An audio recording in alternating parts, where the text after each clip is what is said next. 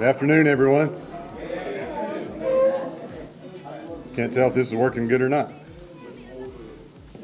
Good to be back here. Good to see everyone. I've been gone a couple weeks. Glad to be back with you. Don't get Daryl today, and I'm sorry. I apologize. But we're at the C team today, I guess. Starts this week. Tonight, Nathan Brown Show, 7 p.m. at Walk-Ons and on Buzz 2 106.7. Our women's golf team is competing in Hattiesburg, Mississippi today and tomorrow. The basketball Bears will be in Jonesboro tonight. It's an exhibition game against Arkansas State. It's a fundraiser for the WIN Tornado Relief Fund, obviously open to the public. So if you want to make the drive up to Northeast Arkansas, you get an early preview of the Bears tonight, 7 p.m. tip-off. And then the week really gets busy. Thursday, our women's soccer team plays in the semifinals of the ASUN Championship at Lipscomb in Nashville, Tennessee. As the number 2 seed, we got a bye to the semifinals. We will play number 3 Florida Gulf Coast, 6 p.m. Thursday night. Also here at the Fair Center, 6:30 is our basketball tip-off event for men's and women's basketball. I hear there's free food, there's going to be scrimmages, there's going to be a lot going on at 6:30 at the Fair Center on Thursday night. Friday, the volleyball Sugar Bears are back at the Print Center, 6 p.m. versus Eastern Kentucky. Our women's tennis team plays at Tulsa this weekend, Friday through Sunday.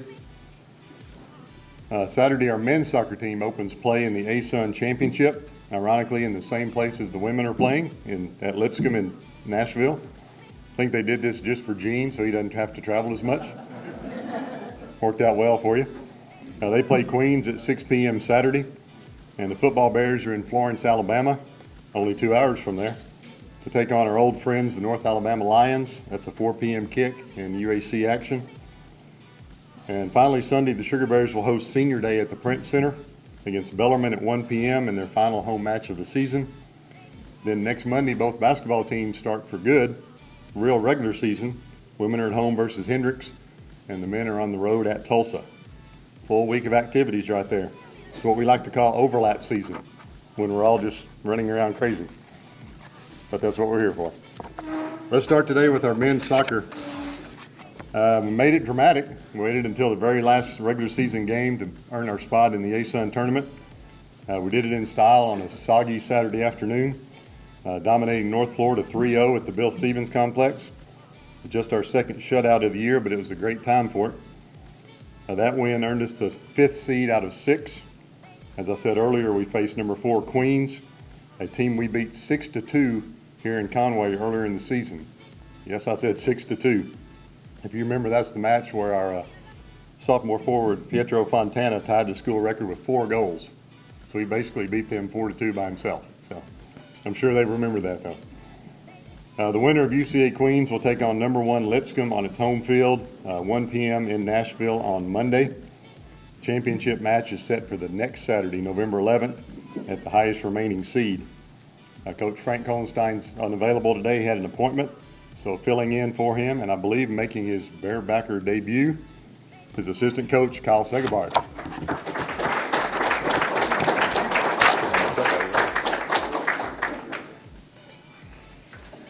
All right, let's see how this goes. Gene, Frank wanted to say thank you for your donation. He knows, last week he was here, he said that, if someone makes a donation, he'll make sure that he misses the next barebacker. So we appreciate, and I think everybody else appreciates that donation. So thank you so much. We're excited, obviously, to be in the dance a little bit here as a team. This has been a progression throughout the whole year with this group. Prior to kickoff against North Florida on the weekend, we had the 19th strongest schedule in the country, right? So this is a team that's faced an incredible amount of adversity, both at home and on the road. They're battle tested. They've gone up against different systems, different players, different environments. So going into the tournament, we're very excited about where we sit right now, having just clinched and taking on a team that Queens is hot right now. They've won their past 3 conference games. They've scored 9 goals in those 3 games in the conference opponents, including the 3 that they had to score in the last 30 minutes of their last game after being down 2 for the majority of the game. So it's a team that we have to reevaluate. It's definitely not something that we're going in and counting our chickens ahead of time.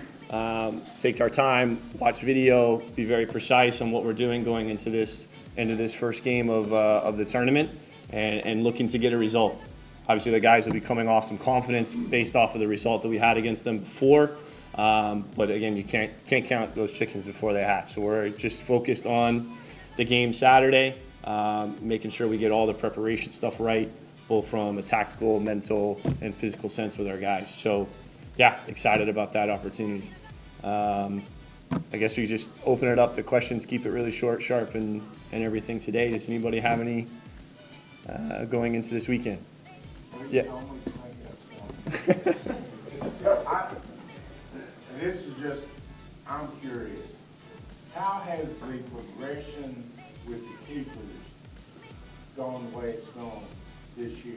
Yep. Does that make sense? Sure. No, that's a great question. We've gone through 3 different keepers this season. That's obviously a position that's extremely important if you're going to be successful. Our 3 goalkeepers we have right now, Javi was injured in preseason. He broke his collarbone. So he's a transfer in from Gardner-Webb. We anticipated him to come in and compete for a starting role right away. He was coming off of a semester off as he didn't participate with the team being in the transfer portal last semester. So he came in a little unsure, a little unfit. Then he got injured.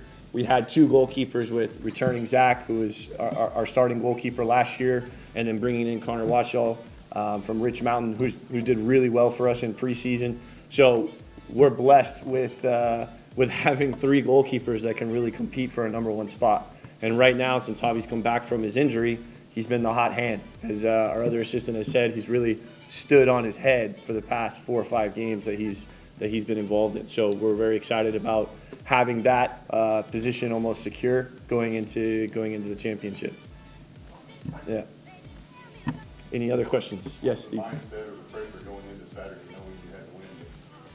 Sure. I mean, you could say pressure. That's fine. I think it's normal for somebody to have a little bit of nerves going into a game like that because we've invested so much in it. We care so much about what we do every time that we step onto the field. So pressure-wise, it was just about we had a battle cry going into it. And it was just let's go right from the very beginning. The weather was there. We had a delay right before the kickoff. We had questions about what shape the field was going to be in, all that kind of stuff. But it was no matter what little piece of adversity came along our way, it was just let's go, let's go, let's go. So as soon as the whistle blew and we kicked the ball off, as Gina said earlier, it was different from some games that we've seen this so far this season. We didn't wait for the other team to punch us in the mouth for us to get something going. We went straight at them, and we were ready to go from the beginning. So, again, talk about progressions within the group. We feel as if that's a big growing moment for us going into this next game. So we're going to go out, let's go, get after them right from the start, and finish the game off as early and as much as possible. Any other questions? Great. Excited to have this opportunity. Thank you for your time. Go Bears.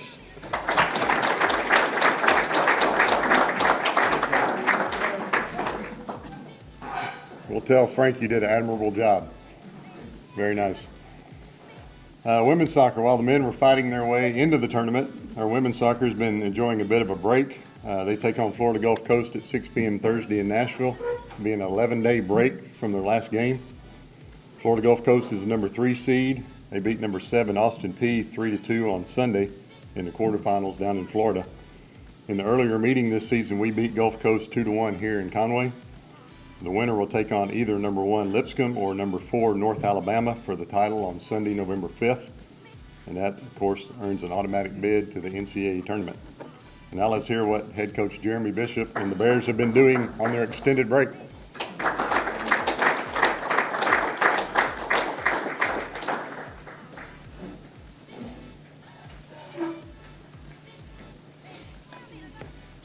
Appreciate you guys being here again. So it's been weird. It'll be 12 days in between matches by the time we play on Thursday. I haven't known what day it is for the last 12 days. Usually it's, Monday is, no training day, and Thursday is match day, and Sunday's match day, and so that's how I keep my calendar throughout. So not having those things, it's been really weird. So glad Steve texted me and reminded me that this was Monday, so that we were here for Bearbackers. I did want to say, Kyle, good job. That you worked in chickens and punching them out. That's all good coach speak. I think that that's fantastic. So I think you're right on par. So good job. So yeah, we've had this time off. We've been able to rest up a little bit. Been able to work on some specific things that we wanted to get better at, and also just have a little bit of fun. We had a Halloween practice yesterday. The players got into their costumes and ran around a little bit, and so that was fun. And before that, we watched the Florida Gulf Coast and Austin Peay match to see who we would be playing this coming Thursday. So that was all kind of unique things that we've been able to experience this week. And I think I talked about it last week. Is the trick is to make sure that we are sharp on Thursday. Having that amount of time off, I think has been great for us physically, but we got to make sure we don't have any rust when we start playing on Thursday. Florida Gulf Coast is a very good team. We played them in the tournament last year, also in the semifinals, and they beat us in overtime. And we beat them by 1 this year, and they beat us by 1 the time before that. So we've got a 3-match series here where it's 1-1 and 1 basically, and all 1-goal differences in the games. And they've got, like I said, 2 top players that are amongst the best in the conference. And so we're looking forward to that challenge. We did get some awards this week I wanted to mention to you guys. We had 5 players make all conference. Sydney Bruff, Trace Pavat, Kelly Van Gundy, Gabby Theus, and then Megan Mowdy. So those 5 were all able to make all conference for us this year. Had tremendous seasons. Honestly thought we might get a couple more in there with some of the performances of a couple other players, but it's nice to get that recognition.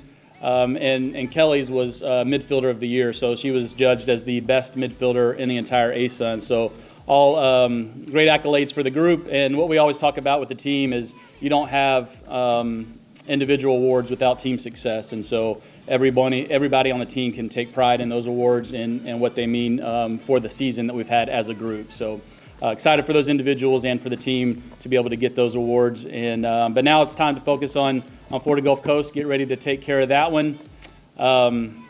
We did also have 2 academic all ASUN players, and that was Kelly Van Gundy and Gabby Theus. So that's the combination of both academic and athletic ability, and so good to have those 2 on that team. Our team does really well across the board from an academic standpoint. I think we had a 3.7 last year as a team GPA, so just excited for our team and being able to do it both on the field and in the classroom, and looking forward to the semifinals on Thursday. Be happy to answer any questions you might have. Yes, sir? All right. Did the young ladies feel disrespected on the selections? Because I noticed Lipscomb had 4, which I'll give them that. Florida Gulf Coast had 4, which is below us. And then North Al had 2, which is below us. I thought that the awards were pretty fair. The group, there's some tight decisions there between some of the players, and so everybody sees the game as far as coaches differently, and so that's how they vote. But hopefully a couple of them did feel a little bit like they should have been. And like I said, I thought that we had some players that were deserving. So you can't lose too much sleep over it, but hopefully it is a little bit extra motivation for a couple of them. All right, go Bears.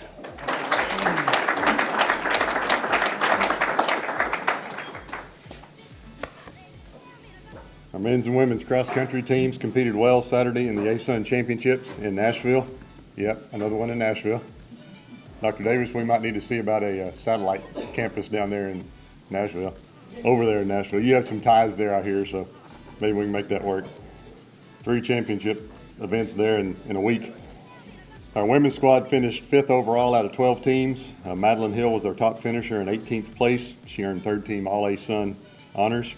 Sarah Steinmel was not far behind. She was in 22nd place. On the men's side, the Bears finished 6th overall out of 11. Jack Dingman was our best finisher, 25th place out of 102 runners. Now let's see what Coach Josey Weaver has to say about the ASUN Championship.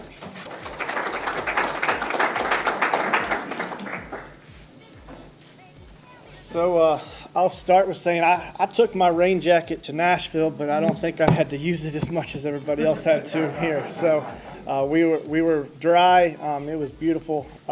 We hit some rain, I guess, on the way back in Memphis. But the goal is to win a championship. And I'd be lying if I said that I was really, really satisfied with where we are. I know we're growing as a program. Our men and women competed hard. The men, I've got to give them a lot of credit. We knew that our number 5 runner was kind of where our weak link was all year long, and because of that, our first 4 guys, Jack Dingman, Pete, Gavin Frick, and Thomas Kane, had to run really well, and they did. And they're the reason that kind of we had a true freshman running there at 5, and we looked like a true freshman. But the good news about that is he's got a lot of time to get better, and Gavin Frick battled back. He's running with a beat-up calf. Just showed a tremendous amount of toughness. And, losing 2 all-conference performers in Julian and Phillip the year before, our number 1 runner was behind where both of them would have been last year, and yet the team didn't drop and finish. And that's encouraging to me. The other part is we just lose 1 guy. So we are young, we're coming back, and I'm really excited with a couple of the recruiting pieces that I think we're going to add to what we have. And, proud of the men's effort. The women, again, I'm competitive. I like to win, but I'd be lying if I didn't feel like we did win on Saturday. That same group of girls, minus 1 of them, was 10th last year. And they went from 10th to 5th in a year. And that is a credit to them. They worked tremendously hard this summer, put in a lot of work, a lot of belief. I mentioned last week we lost our number 3 girl going into the meet. They could have thrown a pity party and been really down on themselves. But what we talked about all week going into it was there are going to be a lot of people at the starting line that are capable of running well, but there'll be fewer that are willing to. And what that women's team did is that was will. They lined up. They were tougher than other people there. We beat teams that are better than us on paper. So really, really proud with the girls there. The message now comes to them in don't get satisfied yet. We've got 1 more. So the regional championship meet up in Fayetteville, that's bragging rights. Where can we say that we are in the South Central region? And personally, I think that both programs will jump there. I think we're on path. I got back. We lost another member to our women's team, so we'll see how resilient we can be. This one's mono. We got back this week, so she said she felt tired and sluggish on Saturday. We had her tested when we got back, and sure enough, mono. So down another member there, but the message will stay the same, and we'll see what we can do up there at the regional championships. But excited for the future for this group, and go Bears.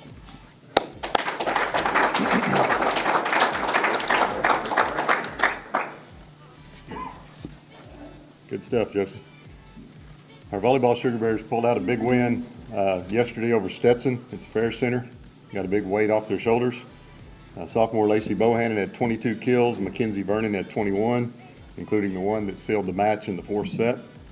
For the day, we had a .329 hitting percentage, which is pretty impressive. Mackenzie Vernon hit .500 for the match. Kaylin Coons had 50 assists. Alexis McDaniel had 25 digs. Just a really solid win across the board. 2 more at home, 2 more on the road to finish out the regular season for the Sugar Bears. Coach John Newberry has a recruit on campus today, so he's not with us. He'll be back here with us next week. The dreary weather on Saturday kind of summed up the day for the football Bears, but we still had a chance to tie it and go to overtime there in the final minute. Tarleton State did hold on for a 25-23 win on the Stripes. It was our first United Athletic Conference loss, dropping us to 2-1 in league play with 3 to play. We're at North Alabama this week. As we said, host Eastern Kentucky for Senior Day the next Saturday, and then finish up the regular season at Austin Peay on November 18th in Clarksville, Tennessee. 3 tough games, but 3 winnable games. One definite highlight from Saturday's game, if you were there or if you watched it, was the play of junior defensive end David Walker. As Coach Brown said in the postgame, he was in Tarleton's backfield the entire night. He broke a 20-year-old school record. He had 6.5 tackles for loss. The old mark was Isom Jones against Washita Baptist back in the D2 era. In 2003, he had 5. David had 6.5 the other night. Walker's now tied for 4th in the country in tackles for loss at the FCS level. Again, UNA, the last time we played over at Brawley Stadium in Florence, Alabama was way back in 2004. That's when the Lions were winning Division II national championships. Coach Brown probably remembers some big battles against the Lions. I know we had 2 epic battles here in the next year in 2005. The regular season we won in double overtime. The playoff game here, they won in single overtime. So that's our last playing until last year. We renewed that rivalry last year. We won 64-29.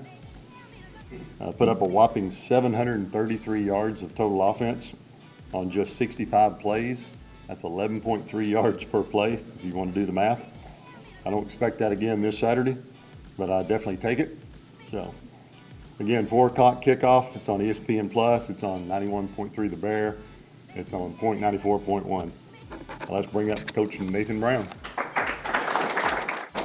Hey guys, thanks for being here. First thing I want to do is give credit to Tarleton State. They came in and I felt like going into it. I wasn't with you guys last week, but my thought was that, you know, pound for pound, maybe one of the more talented teams that we had left to face. I mean, those 2 running backs they have, probably the best 2 running backs that we had left to face with 4 weeks remaining. Thought they had one of the more capable wide receivers left on our schedule. Now, some of that didn't matter because the elements, you know, of the game, you know, the wide receiver play wasn't huge on Saturday for either side. You know, Coach Witten does a great job there. He's won a lot of football games over the years. You know, I told him after the game, I've been, and obviously have known him for a long time, but we've been battling with him since he was the head coach at Sam Houston State. I mean, he knows this part of the country, does a great job with programs, and had those guys ready to play. We knew going in, you know, the anticipation of a wet day was definitely possible, and obviously it came to fruition and was very wet. But so we knew that points were going to be at a premium. I mean, it was going to be a defensive battle. It was going to be a game where you wanted to protect the football, you wanted to control the clock, win the field position, and that's really what it ended up being. I mean, you look at the statistics; they're very even statistically, total yards wise. I think they had 20 first downs, we had 19 first downs. Both of us were right around the same rushing yardage mark. You know, it just the difference in the game was the third downs. You know, they were 10 of 17 on third down. I think we were 6 of 13, maybe 6 of 14, something like that. But we gave up too many third and long situations to keep drives alive for them, and that kept them in a position to kick 4 field goals, which ultimately, you know, was the difference in the game. You know, but what I've talked to our team about after the game and in our meeting time since Saturday night is that, you know, we've done enough on the front end of our schedule. Not that you ever want to do this, but we gave ourselves enough room that we could stub our toe and be fine. We stubbed our toe. It's unfortunate. And we've got everything left at our fingertips. I mean, the 2 teams that are ahead of us in the conference, we still play. Eastern Kentucky and Austin Peay, and they actually play each other this week, so one of them are going to end up with a loss. But none of that matters. None of that matters unless you get the next one. And the next one for us is University of North Alabama, who's a much improved team from last year's team with a brand new coaching staff. You know, they've got a lot of new transfers, a lot of new faces that have impacted that program and are playing at a high level. I use the parallel of this because I've been here long enough to have plenty of parallels to what Saturday was like. And I've got 2 of them. You know, I think back to 2019, that was a Southern Conference football team, and we were going into week 9, 7-2. We were 7-2. We were 4-1 in the conference, and we welcomed Southeastern Louisiana out here, and Southeastern Louisiana beat us 34-0. And, you know, that team now turns to 7-3. You know, we've got 2 games left. We're still fighting for the conference championship, and we went on to win our last 2 games and get a national seed that year. That team, it's like I told I use these examples for our guys on Sunday night. That team didn't let that game define them. They woke up, they used it as a wake-up call, and they went on to win the next 2 games. And then I think back to 2012. You want a real parallel. 2012, we beat the number 1 ranked team in the country, Sam Houston State, out here, and beat them in a kind of a late fashion. Huge win for the Bears. They might not have been 1. I think they might have been ranked 3rd at the time. But the next week, we go to Stephen F. Austin and played in a game that was probably more wet than that one. And that was a slop fest, and a team that, weather equalizes a lot of things. And Stephen F. Austin beat us, coming off of beating a top one first-ranked team in the country, third-ranked team, whatever they were, and you lose to a team you probably could have or should have beat. And that team didn't let that loss define them. They got back to work, and they went on to win the conference championship and get a bye in the playoffs, and the rest is history. So I told our players, there's just so much left. Like we're still a top 25 team. Like we're walking around like it hurts because your expectation on going 4 straight weeks of winning games, you have a bye week, you get that good feeling in your mouth. Well, we got punched in the mouth and we didn't respond. And I told guys this, like, you play with fire enough and you're going to get burned eventually. You stay in close games, they're not always going to bounce your way. And then I corrected myself and I said, you know what? Every game's going to be tight. If you look at our conference, there's not a game in this conference that's not a 4-quarter game. There's a few games that get pushed out, a couple score wins, but consistently you're going to see tight games. And so we've got to continue to react and respond in those tight games. And here's what I do know. Our team is 2-0 coming off losses this year. So we have reacted. This team has proven, our history of the 2023 version of our football team is we've proven that we can bounce back and play good the next week. So that's the goal. The thing we've got to do is we've got to turn the page quick. The chapter is still being written this last quarter of the season, and we get a chance to get on the road and play a good North Alabama team. They're coached by Brett Dearman. I've known him for a long time. Really good offensive-minded coach. Has done a great job at UNA in the 1 year he's been there. Hasn't resulted in a ton of wins. I think they've got 3 wins on the year. I think they're 1-3 in the conference. But they've been in tight games. Like last week, they were down. They had the ball down 7 at Austin Peay. They got down. Austin Peay jumped out on them quick. Well, they battled their way back and actually had a chance to go down and tie it against Austin Peay, who's at the top of the league right now. So they've beaten UT Chattanooga, who I think today is ranked 12th in the country. I mean, so they've got a team that can go compete. A very talented quarterback. We played against him out here last year. He was a true freshman. He's a year older. He's a year more talented. He's doing a good job, manufacturing their offense every week. They've got a really talented wide receiver that's probably one of the tops in our league. He'll wear number 5. His last name's Kennebrew. He'll be a guy we've got to watch. And then on defense, they're loaded with playmakers. They've got 18 of their 22 and their 2 deep are transfers on defense. So you're seeing a lot of guys. Their best player on defense is a safety. He's a transfer from the University of Kansas. Coach Dearman was at Kansas a couple years ago. Brought him with him. So there's just some really talented players that they've brought in that are trying to establish and change the culture there. And Coach Dearman's done a great job of that. So it's going to take a great effort. And then it's going to be a little bit about busting the rust off of a road trip. We haven't been on the road since, what was our last road trip? Utah, southern Utah. I mean, it's been a while. And really, we haven't been on a bus trip since Oklahoma State.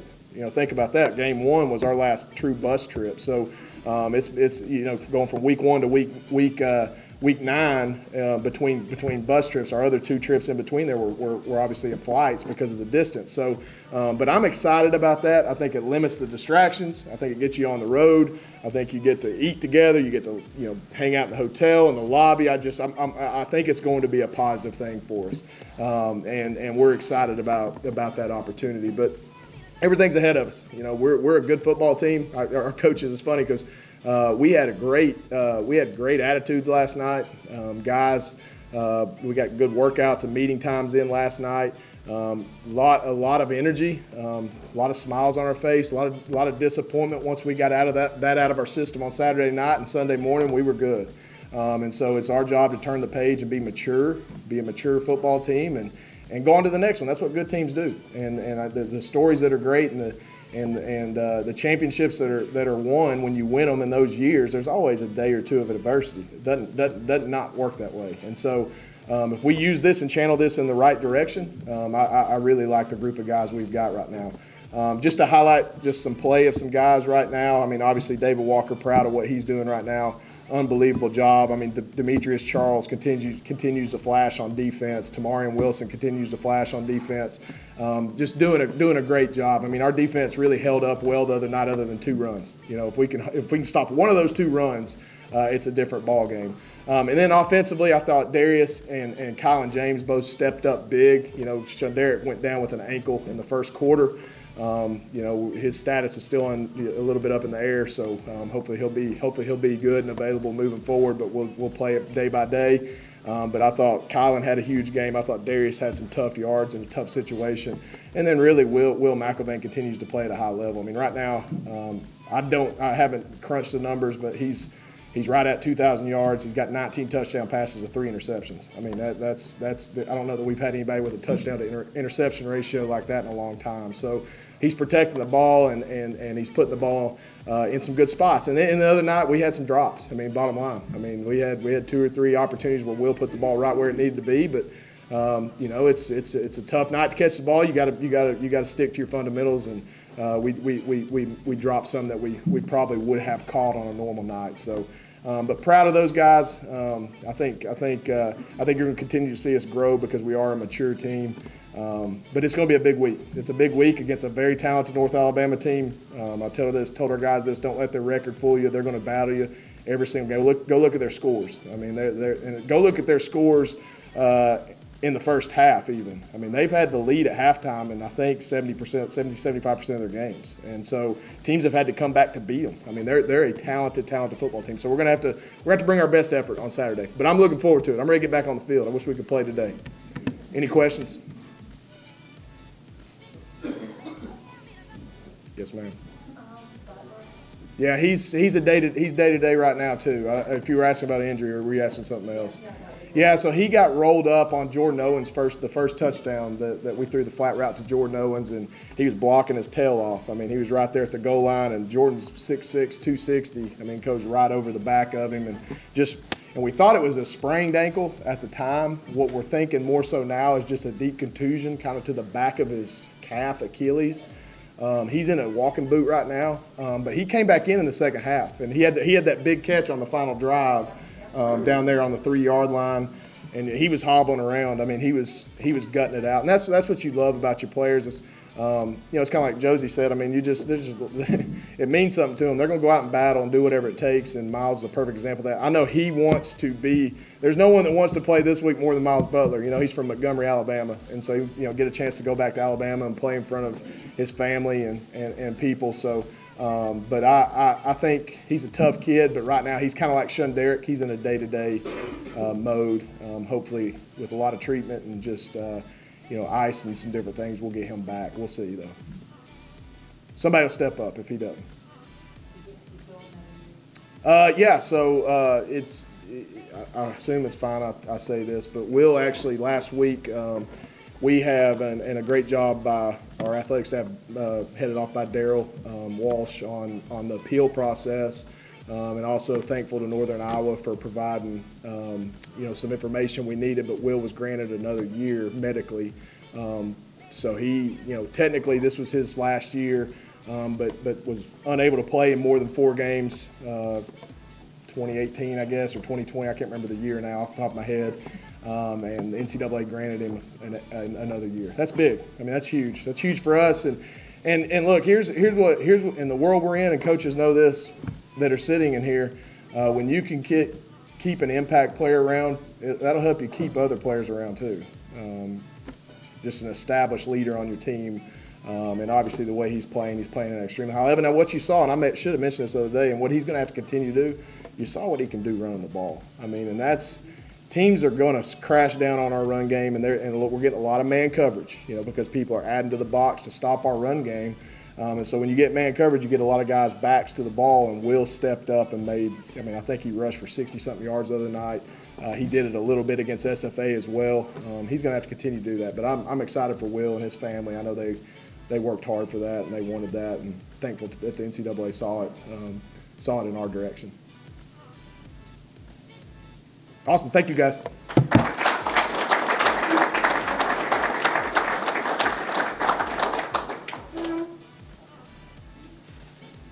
Thank you, Coach. So last week, Coach Brown spoke at the Little Rock Touchdown Club and did a fantastic job. Represented our university and department well, so thank you for that. Really promoted our institution. That was wonderful. And I was thinking about, Will being granted another year. We talked as a staff, and Daryl's been granted another year too. So we're happy about that. Yeah, when he gets, what now? Not as happy? Well, it was just the right thing to do, Steve. I worked with him longer than you have. Yeah, that's true. We have our Halloween contest tomorrow, and Daryl and I are partners in the Halloween contest. And we're going to win because it's Daryl, right? I mean, nobody knows. We all have partners, some two, some threesomes, and nobody knows what everybody's wearing, so it'll be interesting tomorrow. And then Dr. Davis and some of our executive staff will be there to, rate the costumes tomorrow, see who the winner is. And, it's going to be us, but that's fine. Rex? No singing, though, right? No singing, that's right.